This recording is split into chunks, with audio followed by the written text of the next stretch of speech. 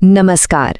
चलिए एक ऐसी जगह की कल्पना करते हैं जहां लगता है जैसे समय खुद ठहर सा गया हो।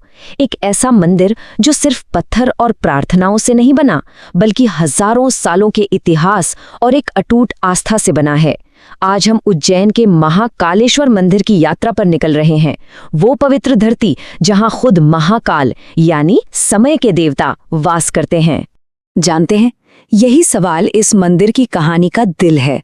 महाकालेश्वर मंदिर सिर्फ पूजा की एक जगह नहीं है, ये मुश्किलों से लड़कर दोबारा खड़े होने का मतलब कि लचीलेपन का एक जीता जागता सबूत है। तो चलिए इस मंदिर के पीछे की इस अद्भुत कहानी को जानते हैं।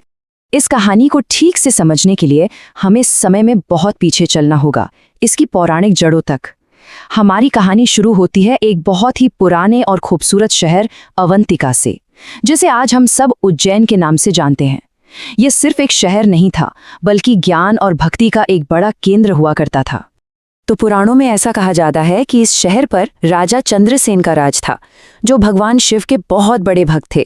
लेकिन जब पड़ोसी राजाओं ने उनके शांत राज्य पर हमला करने का प्लान बनाया, तो शहर पर खतरे के बादल मंडराने लगे। तब राजा चंद्रसेन और श्रीकर नाम के एक छोटे से भक्त ने पूरे दिल से शिव की प्रार्थना की। उनकी भक्ति इतनी सच्ची और शक्तिशाली थी कि खुद भगवान शिव अपने सबसे भयंकर रूप महाकाल के रूप में प्रकट हुए।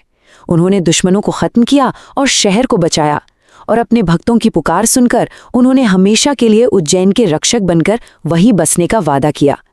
इसी दिव्य वादे ने इस मंदिर की नींव रखी। चलिए अब पौराणिक कथाओं से निकलकर इतिहास के पन्नों को पलटते हैं। इस मंदिर की टाइमलाइन में उथल-पुथल और फिर से उठ खड़े होने की एक बहुत ही दमदार कहानी छिपी है, जो ये दिखाती है कि आस्था की ताकत कितनी मजबूत होती है। ये टाइमलाइन मंदिर के उतार चढ़ाव भरे सफर को साफ साफ दिखाती है। इसकी दिव्य शुरुआत के बाद 13वीं सदी में एक बहुत ही बुरा दौर आया, जब सुल्तान इल्तुतमिश के हमले में इसे पूरी तरह नष्ट कर दिया गया। सदियों तक ये सिर्फ खंडहर बना रहा, लेकिन फिर 18वीं सदी में मराठों ने इसका गौरव वापस लौटाया और इसे एक शानदार रूप में फिर से जिंदा किया। अच्छा, अब इस स्लाइड में जो बात सच में ध्यान देने वाली है, वो है विनाश और बहाली के बीच का ये जबरदस्त फर्क। जहां हमलावरों ने ज्योतिर्लिंग को तोड़कर पास के एक तालाब में फेंक दिया था, वहीं मराठा शासकों ने न सिर्फ मंदिर को दोबारा बनवाया, बल्कि उसकी पवित्रता को भी फिर से स्थापित किया और इसे अपनी शक्ति का एक बड़ा केंद्र बना लिया। तो इस विनाश और पुनर्निर्माण के बाद जो मंदिर आज हमारे सामने खड़ा है, वो दिखता कैसा है? चलिए इसकी अनोखी बनावट और उन आध्यात्मिक खासियतों को जरा करीब से देखते हैं जो इसे इतना स्पेशल बनाती हैं। महाकालेश्वर की सबसे खास बात है इसकी मूर्ति, जो दक्षिण मुखी है, यानी इसका चेहरा दक्षिण दिशा की तरफ है। 12 ज्योतिर्लिंगों में ये इकलौता है जिसकी ये खूबी है। दक्षिण दिशा को मृत्यु और बदलाव का स्वामी माना जाता है, और इस रूप में महाकाल समय और मृत्यु पर शिव के शासन को दिखाते हैं, जो इसे तांत्रिक परंपरा में बहुत ही ज्यादा शक्तिशाली बनाता है। मंदिर की वास्तुकला भी उतनी ही असरदार है। ये 5 मंजिला एक बहुत बड़ा स्ट्रक्चर है, लेकिन इसकी सबसे रहस्यमयी बात यह है कि इसका एक पूरा का पूरा लेवल जमीन के नीचे बना हुआ है, जो इसे एक अलग ही गहराई और रहस्य देता है। मंदिर के अंदर आपको एक पूरा का पूरा दिव्य परिवार मिलता है। मुख्य गर्भगृह के चारों ओर गणेश, पार्वती और कार्तिकेय की मूर्तियां हैं। इसके ठीक ऊपर ओंकारेश्वर महादेव का मंदिर है, और सबसे ऊपर 3री मंजिल पर नागचंद्रेश्वर का एक बहुत ही खास मंदिर है, जिसके दरवाजे साल में सिर्फ एक दिन यानी नागपंचमी पर ही खुलते हैं। महाकालेश्वर को हिंदू धर्म के सबसे शक्तिशाली पवित्र स्थानों में से एक बनाने वाला सिर्फ इसका इतिहास या इसकी बनावट नहीं है, इसका एक दोहरा आध्यात्मिक महत्व है जो इसे सच में खास बनाता है।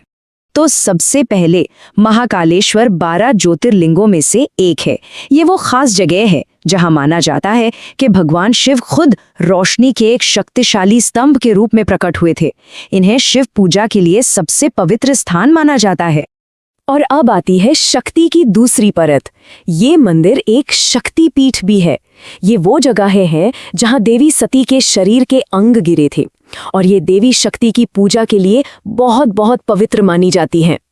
तो सबसे जरूरी बात यह है कि महाकालेश्वर में ऐसा माना जाता है कि देवी सती का ऊपरी होठ गिरा था और यही बात इसे एक महाशक्ति पीठ बनाती है। इसका मतलब ये हुआ कि ये जगह शिव यानी ज्योतिर्लिंग और शक्ति यानी शक्ति पीठ दोनों की दिव्य ऊर्जा का एक बहुत ही दुर्लभ संगम है, जो इसे अविश्वसनीय रूप से शक्तिशाली बनाता है। तो अगर आपके मन में भी इस अद्भुत मंदिर के दर्शन करने की इच्छा हो रही है तो वहां कैसे पहुंच सकते हैं? चलिए आज के तीर्थयात्रियों के लिए जो यात्रा के विकल्प हैं उन पर एक नजर डालते हैं। वहां पहुंचना काफी आसान है।